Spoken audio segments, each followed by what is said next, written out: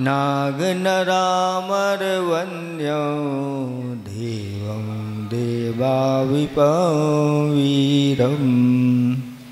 देवादिदेव 1008 कैवल्य कमलापति श्री आदिनाथ भगवान की। देवादिदेव 1008 वर्तमान शासन नायक महावीर भगवान की। परम पूज्य स्वाट आचार्य प्रवर गुरुवर श्री विद्यासागर जी महामुनिराज की। परम पूज्य स्वाट राजर्षि अमोघ वर्ष महामुनिराज की। 3 कम 9 करोड़ मुनिराजों की। बोलिए परम पूज्य मुनि श्री विमल सागर जी महाराज की, समस्त मुनि संघ की। धर्म स्नेही बात्माओं, अकार्य, निंदकार्य, पापकार्य क्या क्या होते हैं, ये आपको कल एक गाथा के माध्यम से जो कुंद कुंद स्वामी महाराज की है, पंचास्तिकाय ग्रंथ की है, उसमें 4 संज्ञाएँ, 3 लेशाएँ, 5 इंद्रियों के विषय, आर्त ध्यान, रौद्र ध्यान, ज्ञान का दुरुपयोग और मोह मिथ्यात आदि, इनको पाप संज्ञा दी गई है।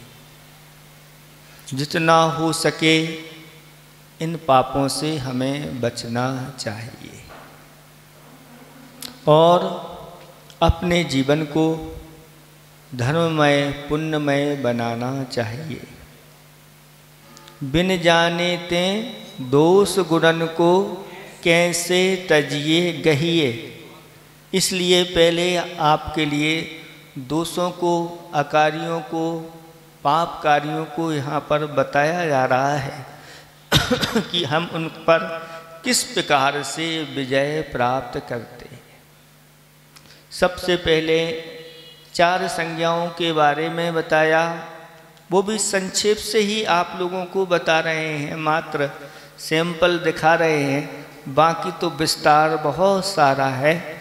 आप लोग और उस अच्छी तरह से शास्त्रों का अध्ययन मनन करके जान सकते हैं।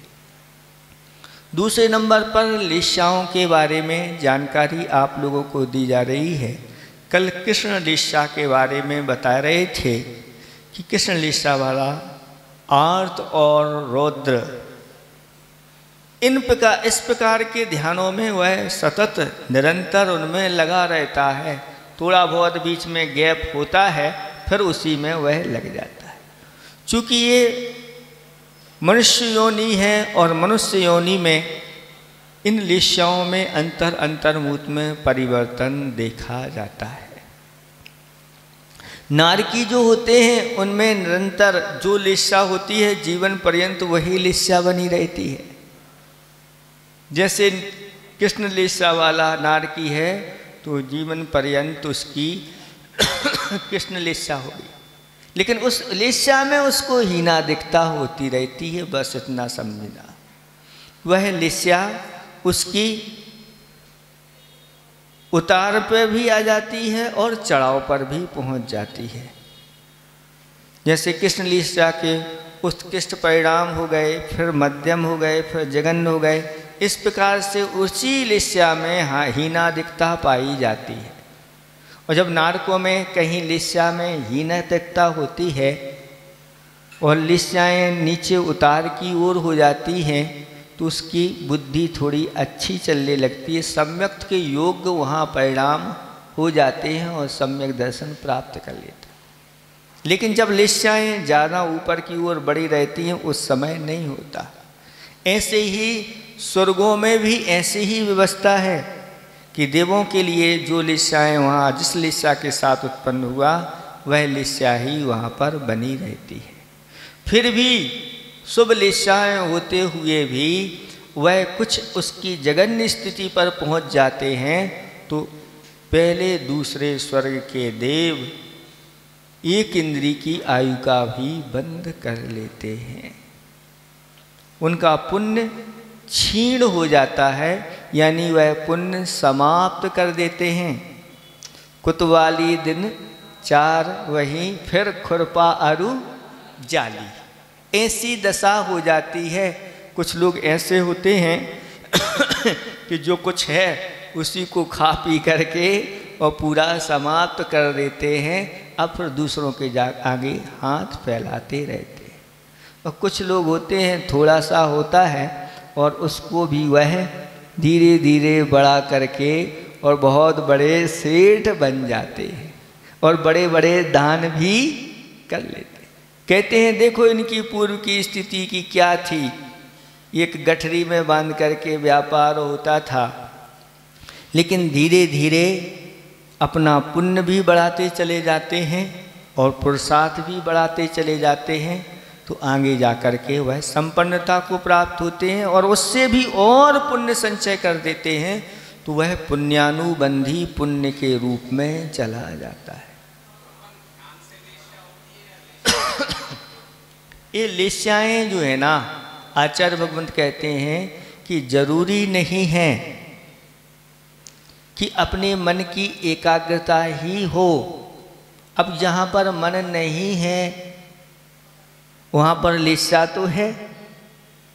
तो इस प्रकार के वे क्रियाकलाप होते हैं, उन क्रियाकलापों के माध्यम से कसाओं की मंदता और हीनता रहती है और मन वचन काय की प्रवृत्ति होती है।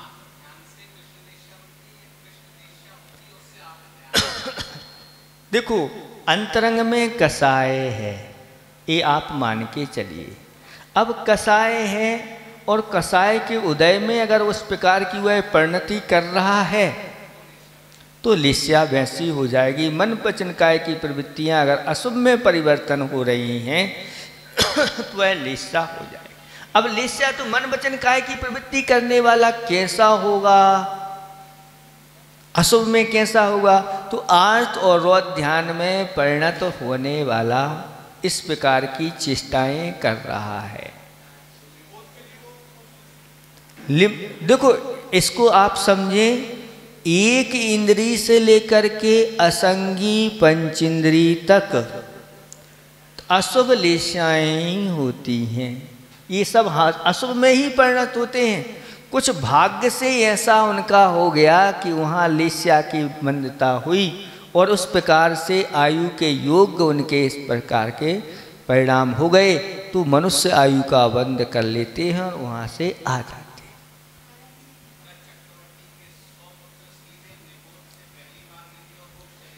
हाँ, तो वहाँ निकले तो हैं, लेकिन अशुभ लेस्या के साथ निकले हैं, शुभ लेस्या के साथ नहीं आए। तो नरकों से भी तो अशुभ लेस्या के साथ आते हैं, शुभ लेस्याएं इनमें नहीं होती। नरकों में शुभ लेस्याएं नहीं होगी और निगोद में भी एक इंद्री से असंगी पंचेंद्री तक ये अशुभ लेस्या में परिणमन करने वाले जीव होते हैं। अब इन लेस्याओं में कहीं इस प्रकार से कमी आती है, वो कमी स्वयं नहीं ला रहे, अब क्या करेंगे, उनका पुरुषार्थ। इस प्रकार से कुछ कमी आई और उसी समय ऐसा उनका आयु कर्म का युग पड़ा, वह मनुष्य आयु हुआ, तो वहाँ से निकल करके और यहाँ पर आ गए। हाँ, मध्यम परिणामों के माध्यम से ही वह लेस्या के पर, लेकिन मध्यम में भी उसके योग्य चाहिए, मनुष्य के योग, त्रियंच के योग इस प्रकार से चाहिए तो हो जाता है। और यहाँ आकर के उनके लिए निमित्त मिल गए और उनके उपास इस प्रकार की उपादान शक्ति भी थी। उन्होंने पुरुषार्थ किया और पुरुषार्थ करके संयम को धारण किया और ऐसा संयम को धारण किया उन्होंने कि वह केवल ज्ञान प्राप्त करके उसी भाव से मोक्ष को भी प्राप्त कर लिया। अगर ये प्रमाद कर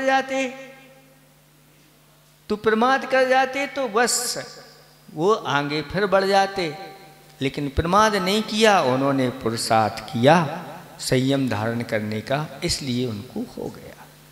इसलिए आर्त ध्यान में डूबा हुआ व्यक्ति इस प्रकार से लेस्या वाला होता है। लेकिन इस प्रकार की लेस्या हो ही ये जरूरी नहीं है। कई बार इस प्रकार से बाहर से आर्त ध्यान दिखता है, रौद्र ध्यान दिखता है, लेकिन भीतर उसका लक्ष्य अच्छा रहता है। अच्छा कैसे? जैसे मान लो कोई धर्म की रक्षा के लिए बहुत तीव्र क्रोध कर रहा है, लड़ाई भी कर रहा है, एक दूसरे को मार भी दिया, तो भी उसकी लिस्या शुभ हो सकती है। नहीं, उसमें कसाय किसी के निमित्त से हो, लेकिन उसमें लक्ष्य भी देखो, उसका धर्म की रक्षा का उद्देश्य है।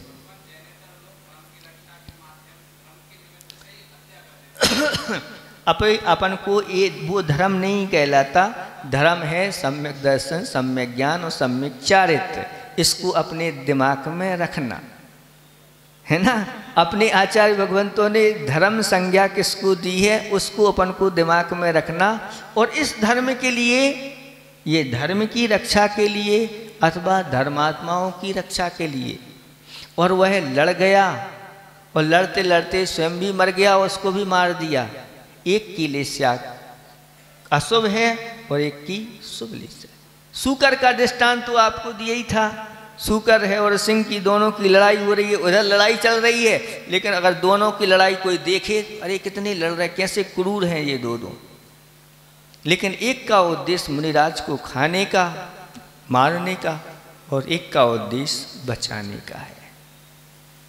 कुछ लोग कहते हैं कि इनको ऐसा गुस्सा आदि नहीं करना चाहिए, इतने वृत्ति हो गए हैं, ये हो गए हैं, वो हो गए हैं, इनको तो बिल्कुल शांत रहना चाहिए। लेकिन उनका उद्देश्य उस गुस्सा करने में क्या है? अब उनको पूजा पाठ करना थी और आपने जाकर उनके वस्त्रों को छू लिया। अब उनकी पूजा पाठ रुक गई, इसलिए वह गुस्सा कर रहे हैं कि मैं पूजा पाठ नहीं कर पा रहा हूं। धर्म के लिए वह कर रहे हैं, इसलिए उनकी लिस्याएं अशुभ की ओर नहीं जाती। वह उनका धर्म करने का उद्देश्य उसमें रहता। तो इसका अर्थ नहीं कि हम गुस्सा ही करते रहें, ऐसा भी नहीं उनके लिए। लेकिन आप इस प्रकार से मत करिए कि नहीं आप गुस्सा नहीं कर सकते। क्यों? क्योंकि अभी हमने क्रोध का पूर्ण रूप से नाश थोड़ी कर दिया।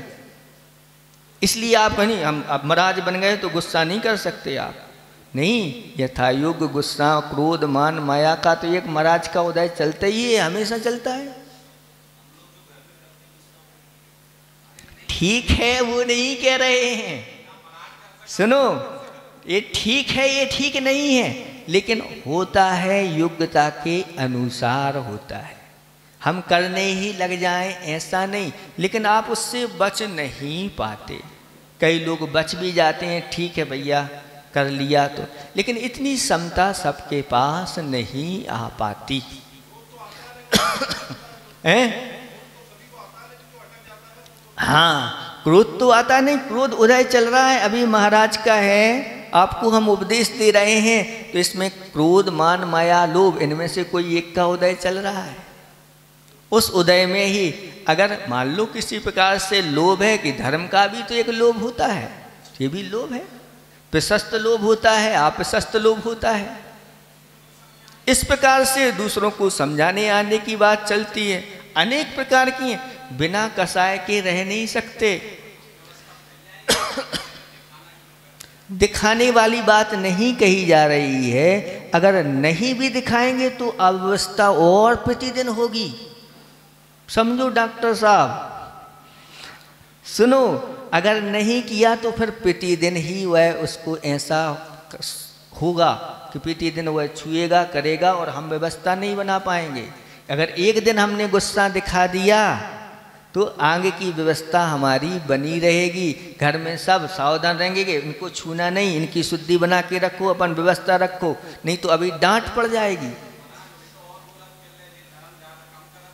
तो ये वो ही बोलते हैं जो अज्ञानी होते हैं, जिन्हें शास्त्रों का ज्ञान नहीं होता। इसलिए उन्हीं को समझाने के लिए कहा जा रहा है कि समझो बात के लिए कि इस प्रकार से ऐसा नहीं कि तुम तो ढोंग कर रहे हो, इतना गुस्सा कर रहे हो, फिर काय को व्रत लिए हैं आदि आदि। नहीं, अभी वह वृत्ति है, उसके योग उसकी कसाय होती है, वह कर सकता है अपनी रक्षा के लिए, धर्म की रक्षा के लिए।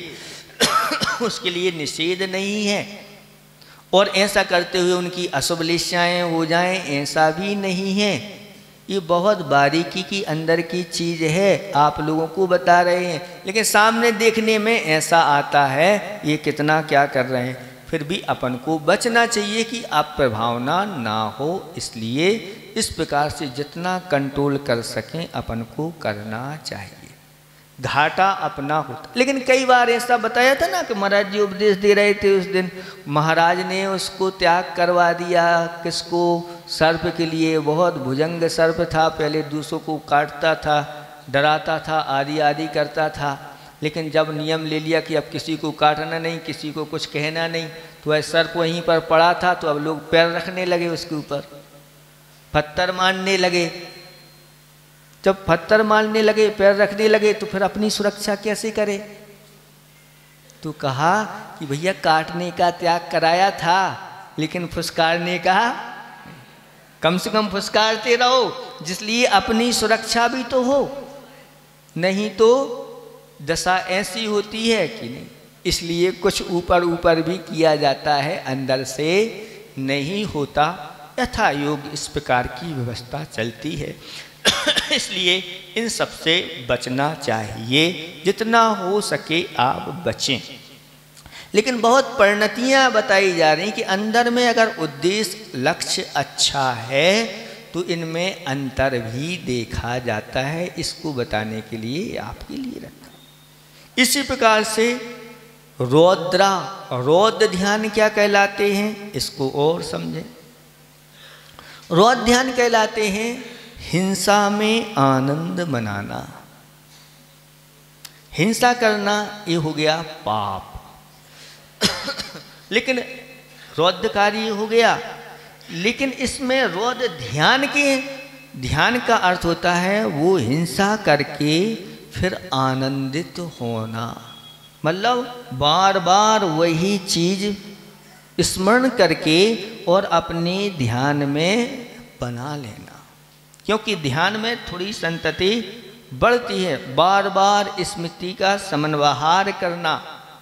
इसी प्रकार से रौद्र ध्यान के लिए कहा कि हिंसा करके फिर वह आनंदित होना। किसी को मार दिया जान से, उस समय मान लो उसका रौद्र ध्यान नहीं था, मार तो दिया, लेकिन मारने के बाद फिर बैठा बैठा आनंदित हो रहा है। वही दृश्य उसका ध्यान में उसी को ला रहा है।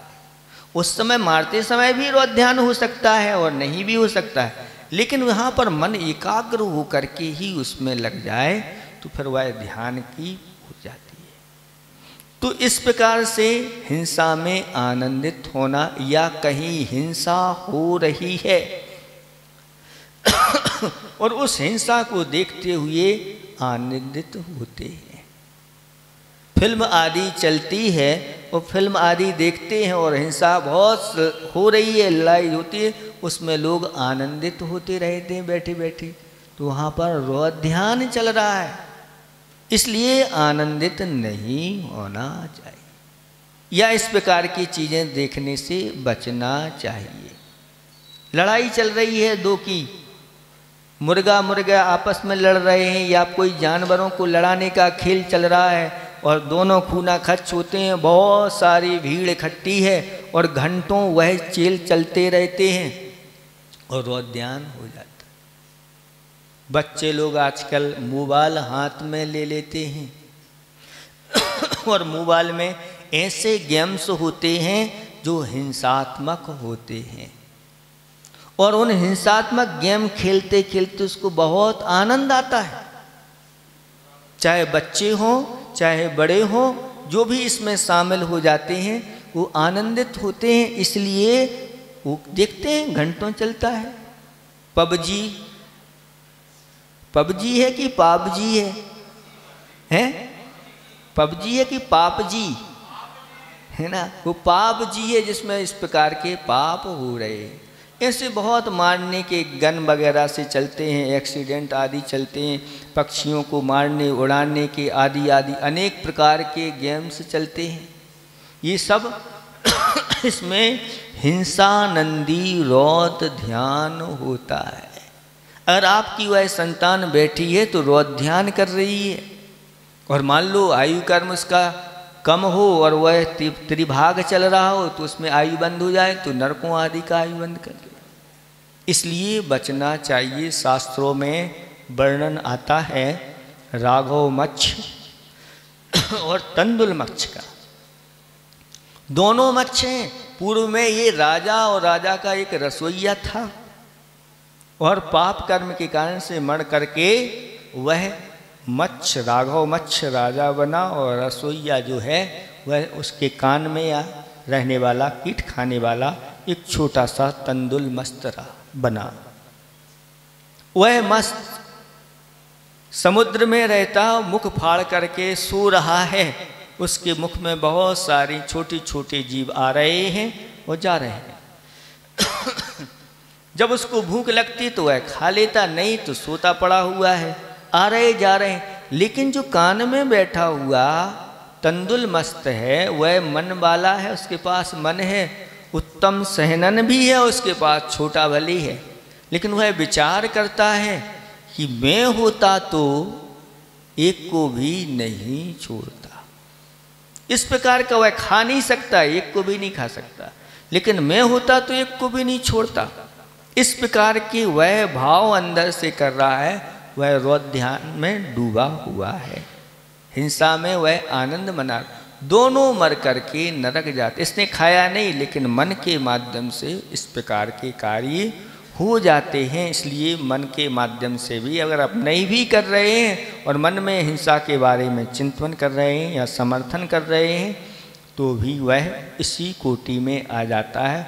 उस समय हमारी लिस्या असुर में परिणत हो जाती है, कृष्ण रूप लिस्या हो जाती है। और रौद्र में फिर आता है हिंसानंद के साथ मृषानंदी। मृषा का अर्थ होता है झूठ बोल करके आनंदित होना।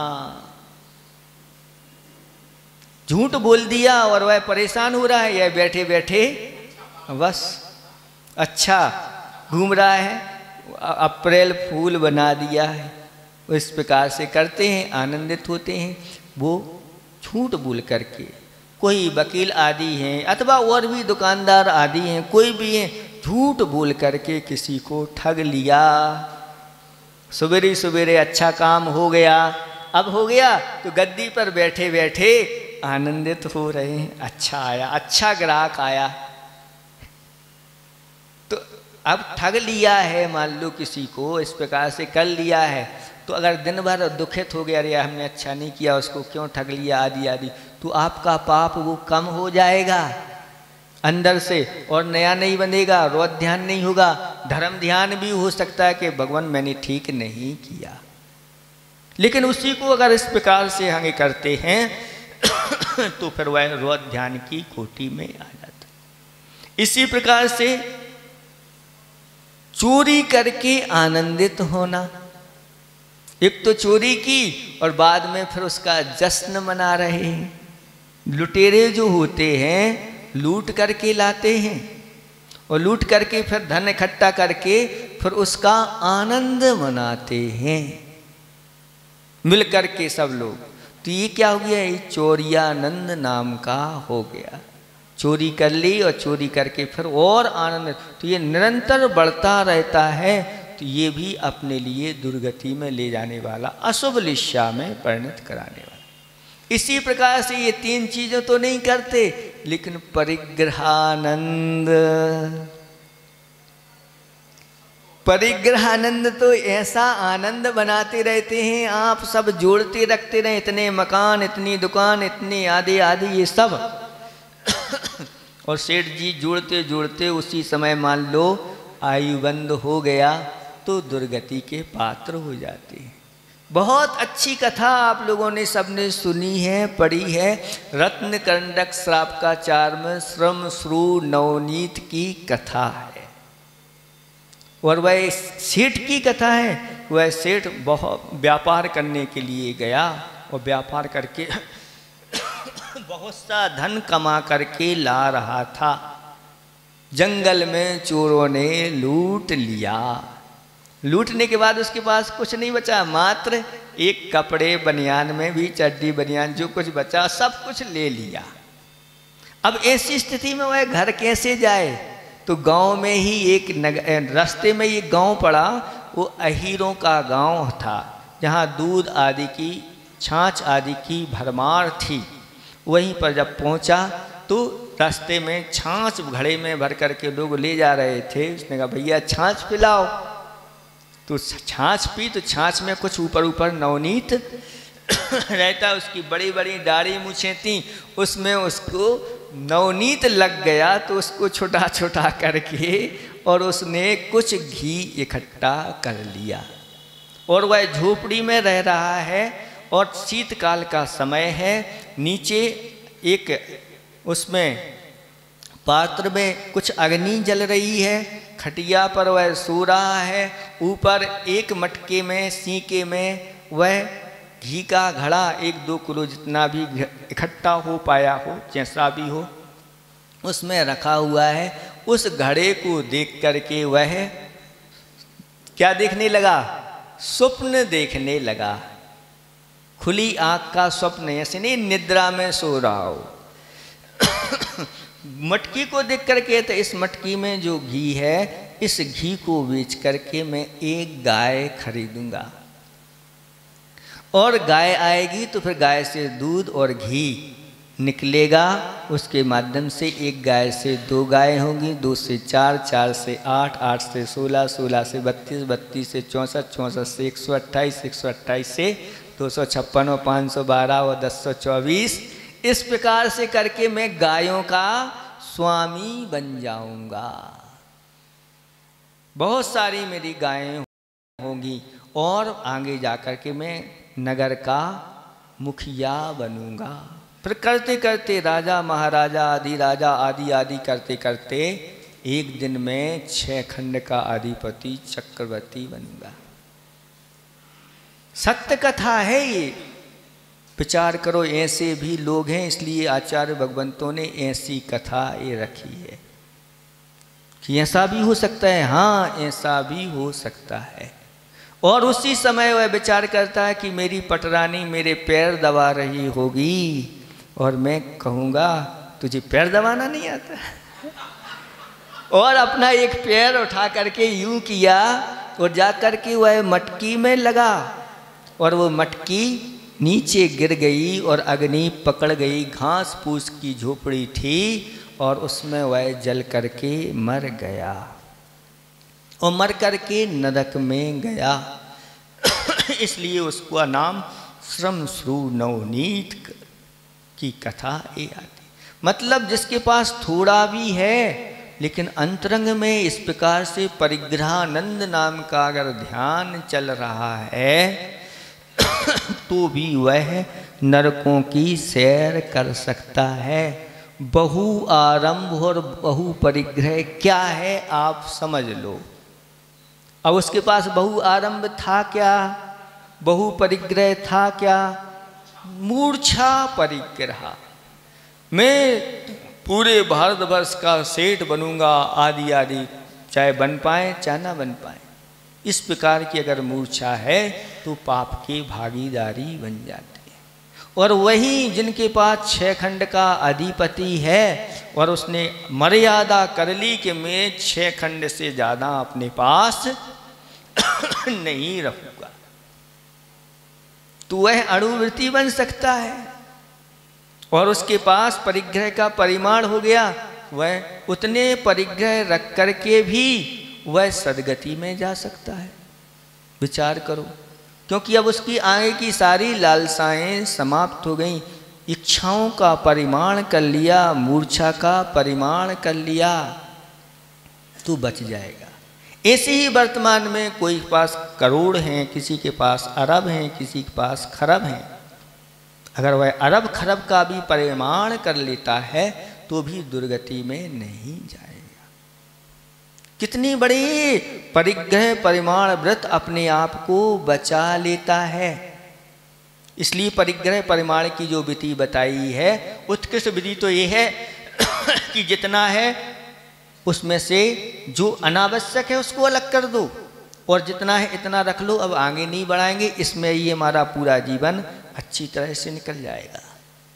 और अगर मान लो नहीं छोड़ने की भावना है, जितना है उतना ही रख लो, अब इससे आगे मैं नहीं बढ़ाऊंगा, अगर बढ़ेगा तो वो मेरा नहीं होगा, फिर वो दान आदि में परोपकार में चला जाएगा। हाँ, वो राजा है ना, आनंद सेठ की कथा सुनाई थी।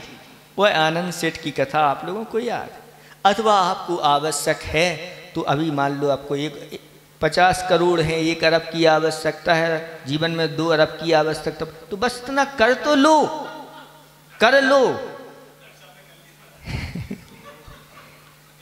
इतना कर लिया तो इतने ही संबंधी आपको दोष लगेंगे, अनंत चाह से आप बच जाओगे, इतना ही मेरा है। अब भोपाल में जितने सेठ हैं बड़े बड़े, उनसे मुझे कोई लेना देना नहीं, भारत में जो जितने सेठ उनसे कहलाने, विश्व में उनको जितना है उनका रहने दो, मेरा तो जितना है इतने में ही मुझे अब संतोष हो गया है। इसलिए अब मैंने अपनी इच्छाओं को सीमित कर लिया है, नहीं तो असीम सीमाएं इच्छाएं हैं, इनका कोई अंत नहीं है। इसलिए बैठे बैठे इस प्रकार से बहुत सारी ऐसी कथाएं हैं कि सेठ जी हिसाब किताब लगाते लगाते और मूर्छित हो गए। क्यों मूर्छित हो गए? उनको सींचा गया, जल जागृत हुए तो कहते हैं कि 8वीं पीढ़ी का क्या होगा। 7 पीढ़ी तक तो मेरे पास इतना है कि अगर कुछ नहीं किया जाए तो 7 पीढ़ी बैठे बैठे अच्छी तरह से खाएंगी पिएंगी। लेकिन 8वीं पीढ़ी का क्या होगा? अरे अब 7 पीढ़ी की चिंता है, 7 पीढ़ी की व्यवस्था है, तो 8 पीढ़ी की चिंता क्यों कर रहे हो? आगे की चिंता क्यों कर रहे हो? सब अपने अपने पुण्य को लेकर के, पुण्य और पाप को लेकर के आते हैं। अगर आपने इकट्ठा करके भी रख दिया तो पूत कपूत का धन संचय, वो सब विष्णु में लुटा देगा। पाप आपने किया, पाप करके आपने सब कुछ कमाया और उसको रख गए और उसने और पाप करके उनको समाप्त कर दिया। आपकी पाप की भागीदारी बने, आपका धन भी पाप की भागीदारी। और पूत सपूत तो अगर आपने सपूत पुत्र को उत्पन्न किया है तो फिर उसके पुण्य इतना तेज होगा कि वह सब कुछ कमाता चला जाएगा, आपको कुछ नहीं करना। फिर भी कुछ कर्तव्य होते हैं तो एक सीमा तक ही वह कर्तव्य होते हैं। ऐसा नहीं कि 8वीं पीढ़ी तक हम 7 पीढ़ी का जोड़ करके इकट्ठा करके हम रख करके चले जाएं, ऐसा नहीं करना। ये परिग्रह में आनंद मनाने का काम, ये परिग्रह आनंद नाम का रोज ध्यान होता है। इसलिए परिग्रह के बीच में भी आप धर्म ध्यान कर सकते हैं। इस प्रकार से करो, ये परिग्रह पाप है और इस पाप में मुझे रचना बचना नहीं है, और मुझे हो सके तो जितना हो सके इसको धर्म कार्यों में खर्च करना है, धर्म कार्यों में लगाना है। अभी मैंने इतना दान दिया है, अभी मुझे और करना है। इन चीज़ों में कभी संतुष्टि नहीं होना चाहिए, तप में, दान में और विद्या के अभ्यास में। कि नहीं अब हमने खूब दान दे लिया है, अब मुझे दान नहीं करना, नहीं। सम्यक दृष्टि जो होता है वह तो सोचता है अभी इतना किया है, भगवान मुझे और शक्ति देना, इससे बढ़ चढ़ करके मैं दान करता रहूं, जीवन के अंत तक मैं दान और त्याग करता रहूं। इतनी शक्ति मुझे जरूर भगवान देना कि मैं तप करता रहूं और इस तप को बढ़ाता रहूं। नहीं हमने तो बहुत उपवास कर ले, बहुत साधना कर ली आदि आदि, अब मुझे करने की नहीं, अब तो खाओ पियो मौज करो, ऐसे भाव इनमें नहीं आना।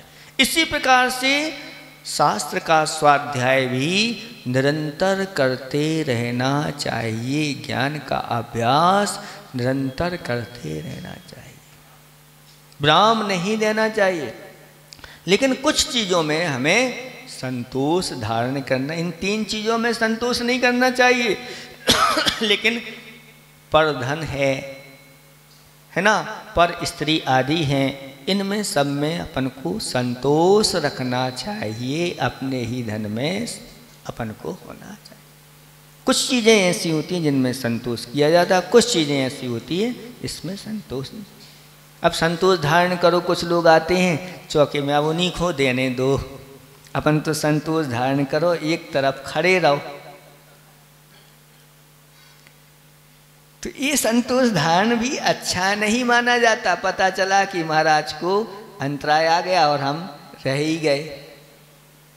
तो धर्म कार्यों में संतोष नहीं, शास्त्रों में आया है जो धर्म कार्यों में जल्दी करता है, हुलहुली रहती है ना, बहुत जल्दी रहती है मंदिर जाने की, पूजा करने की, दान देने की, तो वह व्यक्ति भव्य है, ऐसा भव्य प्राणी ही उसको अच्छे कार्यों की करने की जल्दी बताओ आगे क्या होने वाला है, क्या अच्छा कार्य होने वाला है, मुझे भी बताओ, मुझे उसमें भाग लेना है। वो इंतजार करता रहता है कि कब मौका आए ऐसा दान करने का, बोली लेने का, आदि आदि, उसके अंदर हुलहुली रहती है दान देने की।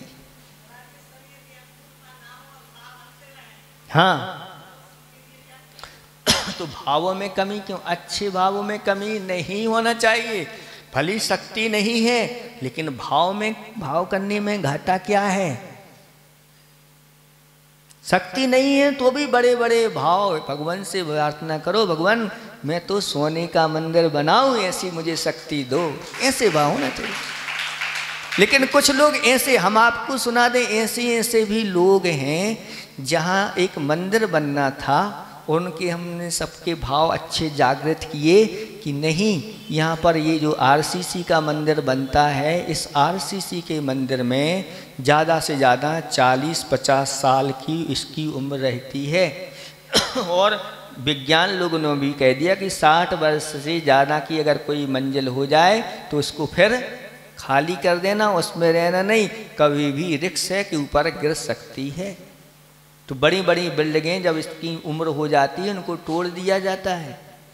और अपन ने ये बनाई हुई है, लोग इसको देख रहे हैं, महाराज ये बहुत पुरानी हो गई, कहीं गिर ना जाए। नजर इन लोगों की जा रही है। इन लोगों के भाव तो हैं, एक दिन यहाँ भी एक अच्छी वास्तु के अनुसार भव्य यहाँ पर क्या बने, धर्मशाला की संतशाला।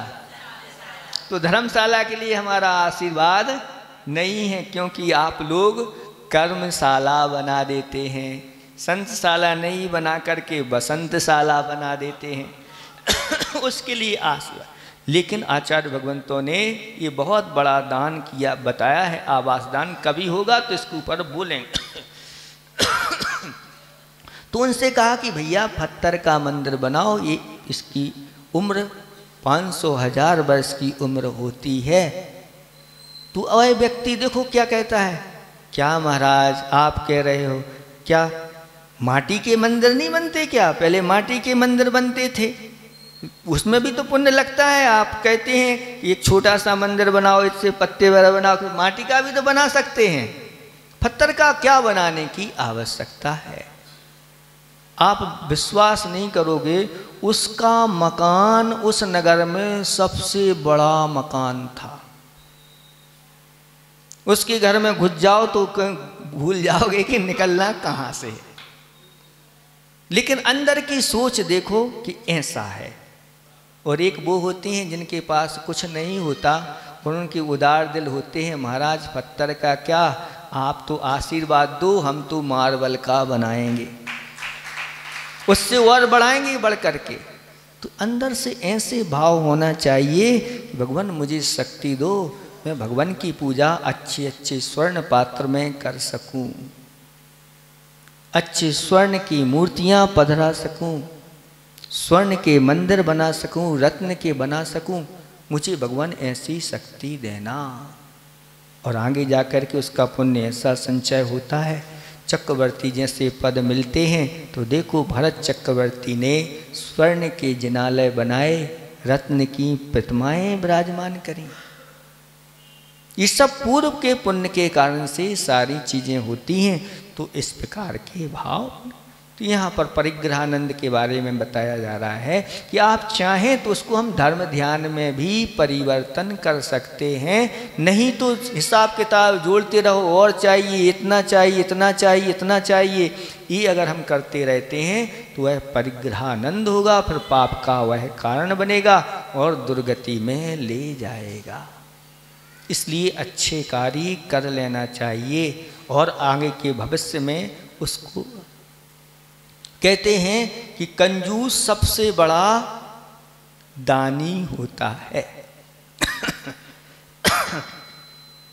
कंजूस सबसे बड़ा दानी होता है जो अपने साथ एक पाई भी नहीं लेता, पूरा का पूरा दूसरों के लिए छोड़ करके चला जाता है। और हम तो कहते हैं कि दानी सबसे बड़ा कंजूस होता है। सबसे बड़ा कंजूस वो जो अपने धन को साथ में ले जाए, और दानी अपने धन को अपने साथ में ले जाता है, प्रभाव में ले जाता है। जो जितना यहाँ पर दिया उतना उसको नहीं, उससे और कई गुना वहाँ जा कर के वहाँ खड़े रहते हैं हाथ जोड़े हुए कि आपका है। धन्य कुमार की कथा आप पढ़ोगे तो देख लो दान का क्या महिमा है। देवता लोग 9 निधियाँ जो रखी हुई हैं धरती के अंदर निधियाँ रखी हैं और वह रक्षा कर रहे हैं। इसलिए रक्षा कर रहे हैं कि यहाँ पर कोई धन्य कुमार नाम का पुण्यात्मा पुरुष होगा, जब वो आएगा तो उसको हम ये सौंप देंगे। ऐसा जब पुण्य संचय होता है तो वह सब कुछ आगे जाके उसकी व्यवस्था होती चली जाती है। धरती में हल चलाता है तो वहाँ से सोना खड़े निकल रहे हैं। जन्म हुआ तो जन्म नाल गाड़ने के लिए जमीन खोदी तो वहाँ से धन निकल रहा है। स्नान करने के लिए मिट्टी लेने गए तो वहाँ धन निकल रहा है। ये है पुण्यात्मा पुरुष की बात। ऐसा पुण्यात्मा पुरुष लक्ष्मी उसके पास आना चाहती है, धन उसके पास आना चाहता है और वह धन को लुटाता रहता है अच्छे कार्यों में। भागती फिरती थी दुनिया जब तलब करते थे हम, अब जबकि नफरत हुई बेकरार आने को है। ये जो है ना, ये जो भगवान हैं, भगवान जो होते हैं वह सब कुछ छोड़ देते हैं, लक्ष्मी संपदा उनके चरणों में पड़ी रहती। त्यागी जो पहले जो ना घर में रहते थे लक्ष्मी की ओर भागते थे, संपदा की ओर भागते थे तो वह दूर भागती थी, लेकिन जब से त्याग करने लगे वह आने लगती है। जैसा जैसा अपन दान करते हैं, त्याग करते हैं, पुण्य की कार्य करते हैं, वह आने को तैयार होती है। त्याग कर रहे हैं और यहाँ पर बढ़ती चली जाती है। और कुछ लोग ऐसे होते हैं कि पीछे पड़े रहते हैं फिर भी वह भागती रहती है। पूजा आरती भी उतारते रहते हैं तो भी उनके यहाँ चोरी आदि हो जाती है। ऐसी स्थिति बन जाती है। इसलिए आर्त ध्यान और रौद्र ध्यान से हमें बचना है।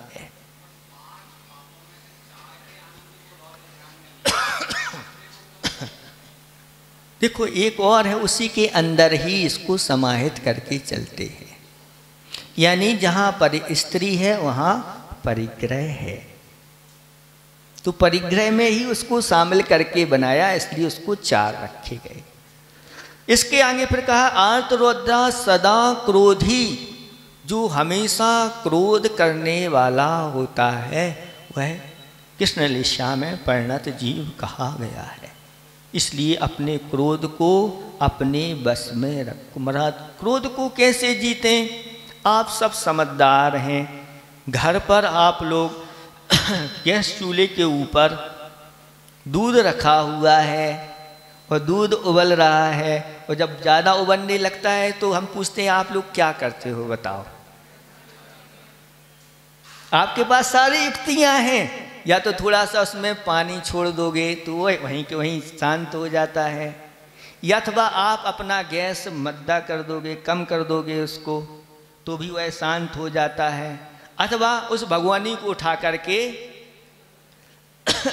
बस ऐसे ही आपको अपने क्रोध को शांत करना है।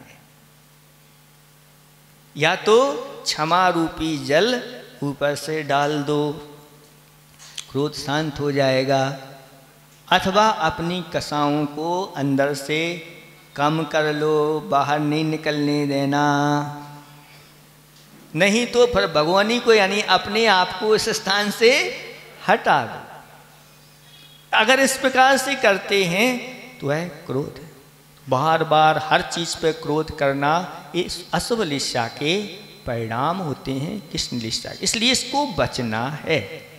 फिर इसके बाद देखो, सदा क्रोधी के बाद मत्सरो धर्म वर्जिता। मत्सर का अर्थ होता है ईर्ष्या भाव रखना। कोई धर्मात्मा है, धर्म करने वाले हैं, और धर्मात्माओं धर्म करने वालों से बार बार ईर्ष्या करना, ये सब अशुभ लिस्सा में परिणमन कराने वाले हैं। इसलिए ईर्ष्या नहीं करना, अच्छे कार्य करने वालों की निरंतर प्रशंसा करना। और धर्म वर्जिता, स्वयं वह धर्म से वर्जित होता है। कृष्ण लिस्सा वाले के लिए धर्म सुहाता ही नहीं, धर्म की बात नहीं होती। यहाँ तक कि दूसरे लोग भी अगर धर्म कर रहे हैं तो उसको अच्छा नहीं लगता। ये महाराज कहाँ से आ गए? जब से महाराज आए हैं ये मंदिर ही मंदिर में बनी रहती हैं, ये मंदिर में ही घूमते रहते हैं। सुबह देखो तो सुबह, दोपहर में देखो तो दोपहर में, शाम को, बस वो वहाँ से कृष्ण लिस्सा के उनके यहाँ आप लोगों की सबकी शुभ लिस्साएं हैं, और वहाँ कौन सी लिस्सा चल रही है? कृष्ण लिस्सा चल रही है। ऐसा तो होता है, इसलिए तो आचार्य भगवंतों ने लिखा है, सब आप लोगों को जान करके इस प्रकार की ये व्यवस्थाएं आप लोगों के लिए रखी हैं। इसलिए किसी को धर्मकारी करने से रोको नहीं। धर्मकारी में किसी प्रकार का अंतराय मत डालो। ये आगे जा कर के फिर अंतराय जब उदय में आते हैं, हम धर्म करना भी चाहें तो कर नहीं पाते। अंदर से कई लोगों के भाव होते हैं, क्या करें, लेकिन अब मजबूरी में ऐसे फंस गए हैं कि आ ही नहीं सकते, आना तो चाहते हैं। इसलिए वह जो कृष्ण लिस्सा वाला धर्म वर्जिता, स्वयं धर्म से दूर होता है और दूसरों को भी नहीं लेने लेता। अगर कोई मान लो बच्चा है और व्रत आदि लेने के लिए तैयार है, तो महाराज कहते थे जाओ अपने पिताजी या दादाजी को कोई को साथ में लाओ, तब देंगे।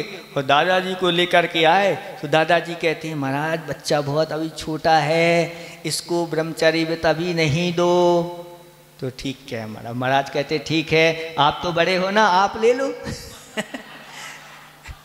आप तो अब 70-80 के हो गए हो, आप ले लो। तो कहता है नमोस्तु महाराज, हम अभी सोच विचार करके आते, ना बच्चे को लेने देना ना स्वयं को लेने देना। इस प्रकार से आप लोग करते हैं, नहीं अभी तो छोटा बच्चा है महाराज इसको ऐसा नियम नहीं दो।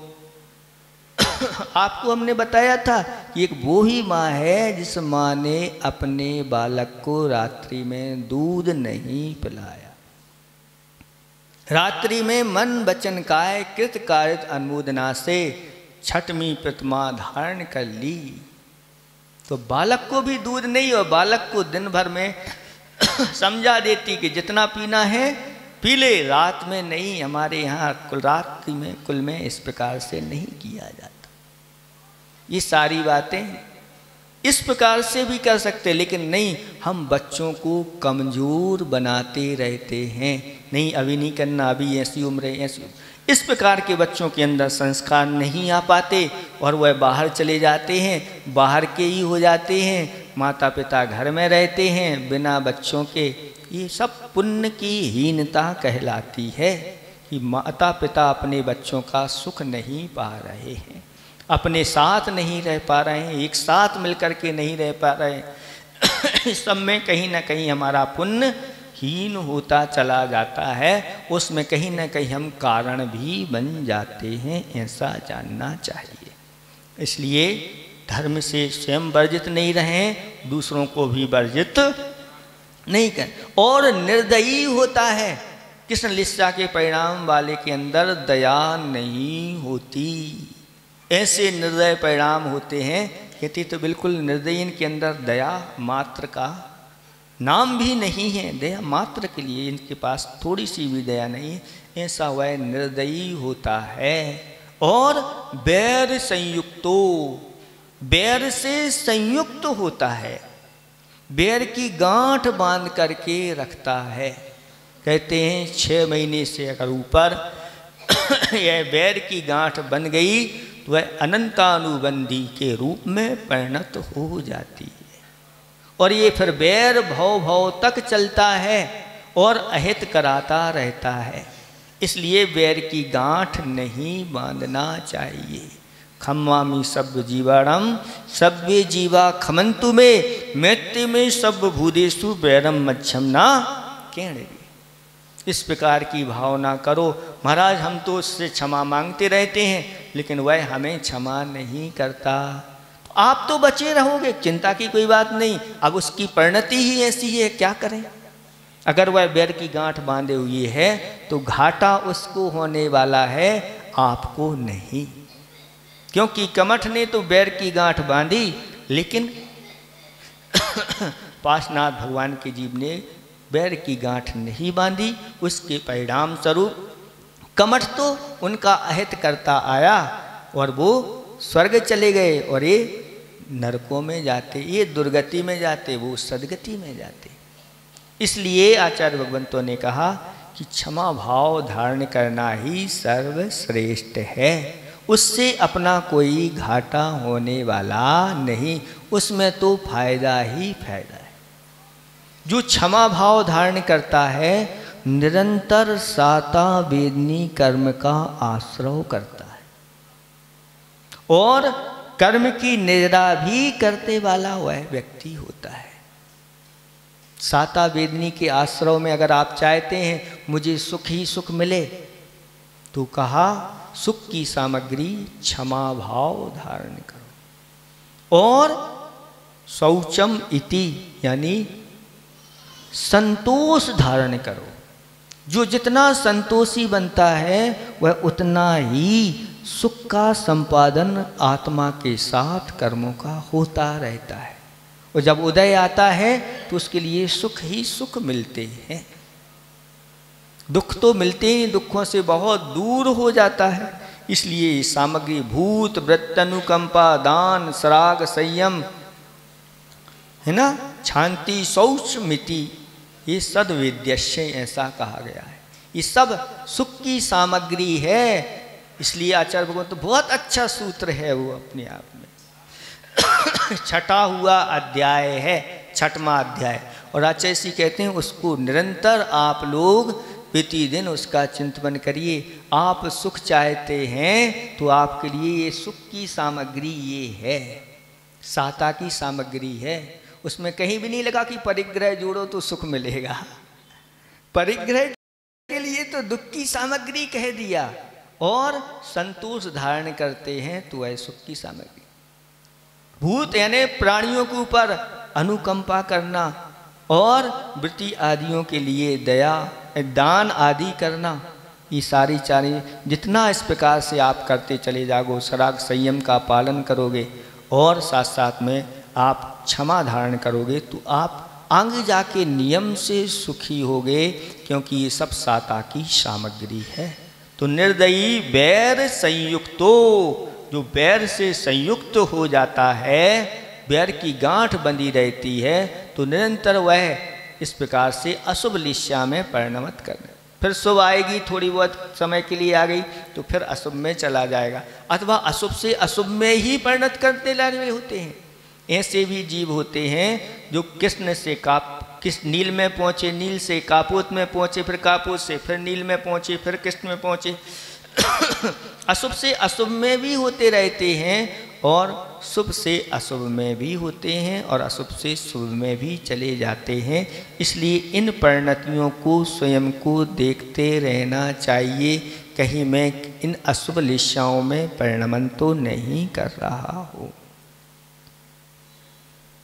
तो हम बच सकते हैं, नहीं तो एक्सीडेंट होने में देर नहीं लगती। गाड़ी चलाने वाला कितनी सावधानी रखता है, कई बार सावधानी रखते हुए भी एक्सीडेंट हो जाते हैं। ऐसे ही मनुष्य जीवन अपन के लिए मिला है, इसमें अपने परिणामों में जितनी हो सके सावधानी रखना। सावधानी रखने के बाद अगर हो जाता है तो फिर क्या करें, भाग्य ही ऐसा था फिर कहा जाता है। ऐसा नहीं जो भाग्य में होगा सो हो जाएगा, क्योंकि कहा है कोई किसी को मार नहीं सकता। अगर होगा, अगर हमारे कर्म में तो मारेगा, नहीं तो हमें कोई मार नहीं सकता। तो रोड पे बीच पे चलो नियमों का पालन करने की कोई आवश्यकता नहीं है। तो कहते हैं ऐसे में तो कर्म की उदीरना हो जाएगी और आज समय में आप चले जाओगे। इसलिए पुरुषार्थ तो यही करना कि हमें बराबर सही रास्ते पर, सही मार्ग से, सही दिशा में जो सही निर्देशन किए गए हैं उनके अनुसार ही हमें चलना है। फिर ऐसे चलते हुए भी कुछ घटना घट जाए तो फिर उसको अपन कर्म के ऊपर टाल देते कि ऐसा ही कर्म था, आ गया, अब क्या करें। तो ये हो गए कृष्ण लिस्सा के परिणाम, आपको समझ में आ गए। तो अब आगे बढ़े नील लिस्सा की ओर। जैसे ही नील लिस्सा की ओर जाते हैं तो वहाँ जहाँ काला काला भास था उसमें अब कमी आ जाती है और नील लिस्सा थोड़ी उससे कम हो जाती है। ऐसा जो जीव होता है वह कैसा होता है, आलस्यो मंद बुद्धिश्च स्त्री लुब्धश्च प्रबंच कहा कातरस्य सदामानी नील लिस्सा युतो नरा। नील लिस्सा के परिणाम वाला आलसी होता है। कहते हैं ना आलसी औ शकुन की बाट हेरे।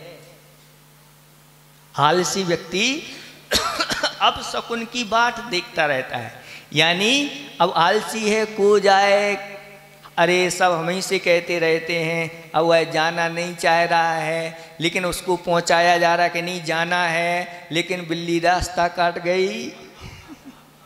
अब कहता है अब नहीं जाऊंगा मैं, अब क्योंकि अब शकुन हो गया है, बहुत अच्छा हुआ जाना नहीं पड़ा। हाँ जाना है नहीं अंदर से लेकिन ऐसा हो जाए तो फिर हाथ पांव के कायले मुंह में मूछे जाएं, एक कहावत है बुंदेलखंड में। आलसी व्यक्ति के लिए हाथ पांव के कायले मुंह में मूछे जाएं, मतलब बड़ी बड़ी मूछें मुख में जा रही हैं और ये प्रमाद में पड़े हुए हैं, हाथ से अलग नहीं कर पा रहे, इतने आलसी हैं। ऐसे भी आलसी हैं, इसलिए कुछ लोगों ने आलसियों के ऊपर भी ऐसी कथाएं प्रसंग रखी हैं कि ऐसा आलसन, दो आलसी व्यक्ति आषाढ़ का माह है। आषाढ़ के माह में अच्छी गर्मी बदलिया घाम रहता है और कहते हैं आषाढ़ में वैसे ही थोड़ी सी चिपचिपी वह गर्मी होती है तो शरीर में आलस भरा रहता है। और ऐसे भी कुछ लिखे गए हैं छंद आदि, जिसमें बताया कि इस महीने में अगर ऐसा व्यक्ति जन्म लेता है तो उसके वैसे गुणधर्म भी उसमें देखे जाते हैं। जैसे आषाढ़ में आलसी, आषाढ़ में जन्मे आलसी होते हैं, ऐसा कहा गया। और क्योंकि आषाढ़ का महीना अलसियाना महीना रहता है और ऐसे माह में दो आलसी घूमने के लिए निकल पड़े।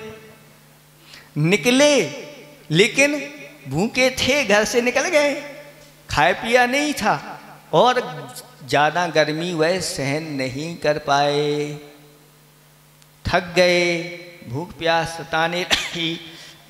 क्या करें, तो सोचा कि यहीं पर एक पेड़ था और वहीं जाकर के पेड़ से टिक गए और घुर्राटे चालू हो गए।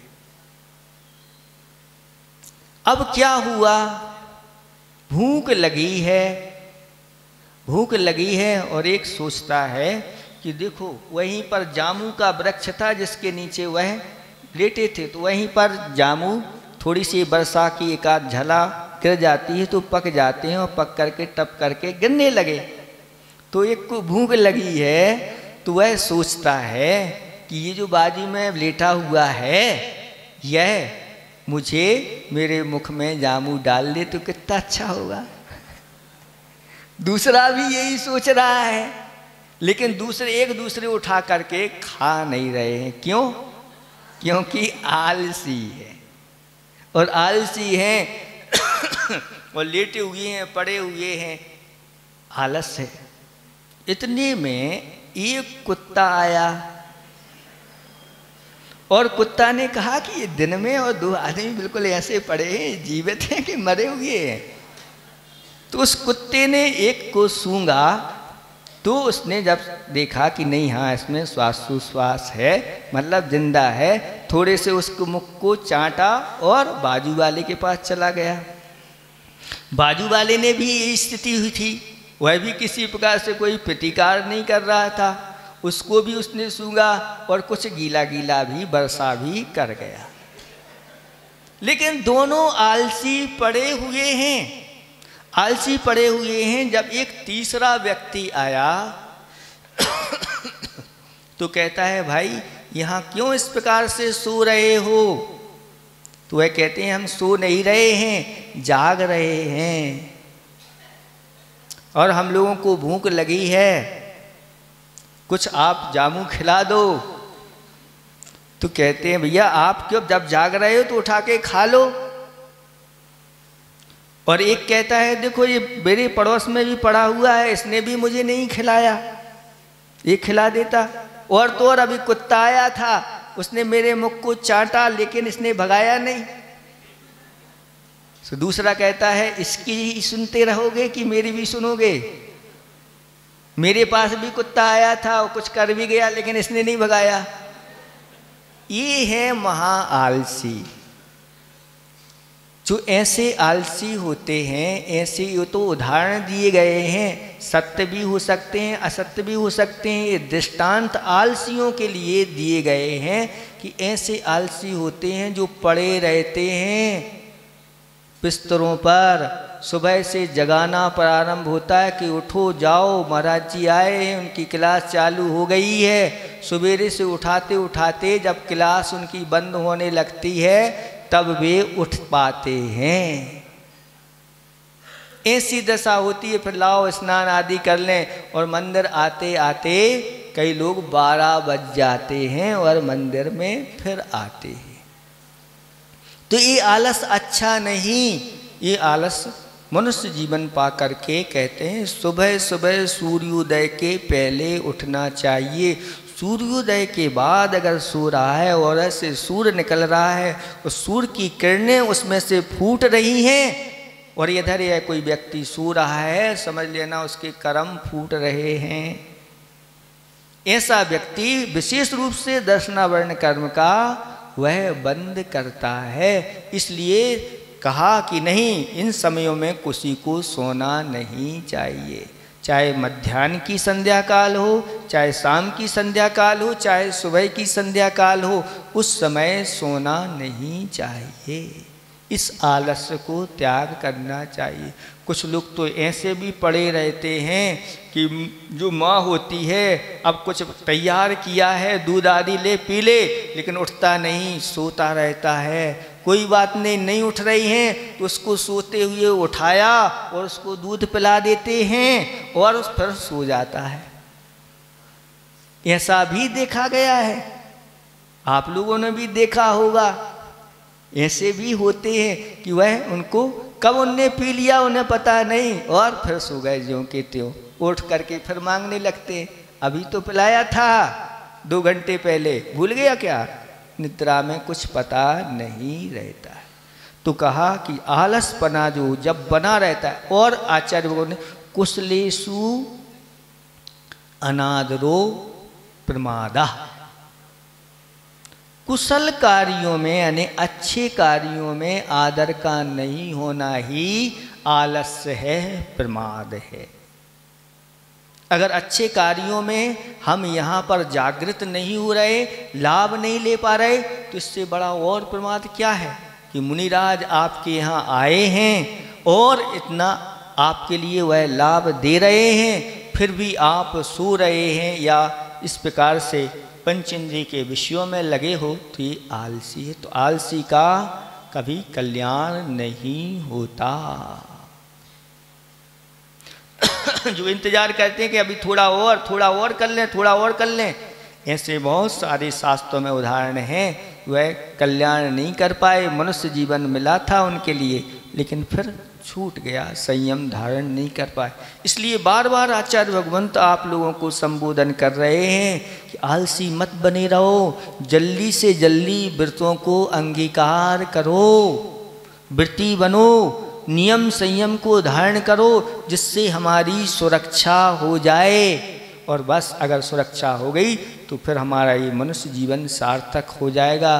फिर पंचम काल में जन्म नहीं होगा, छठे काल में जन्म नहीं होगा, ऐसे काल नहीं मिलेंगे और आगे जा कर के सुद्रव्य सुक्षेत्र सुकाल आप सब मिलने वाले हैं। इसलिए अब इतना ही रखो, आज आपका समय हो गया। नील लिस्सा के ऊपर थोड़ा और अच्छी तरह से आप लोगों को बताएंगे।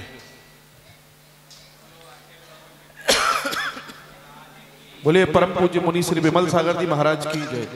बंधुओं, अभी आप और हमने अमोद वर्ष मुनिराज के द्वारा रचित प्रश्नोत्तर रत्नमालिका ग्रंथ की कक्षा के माध्यम से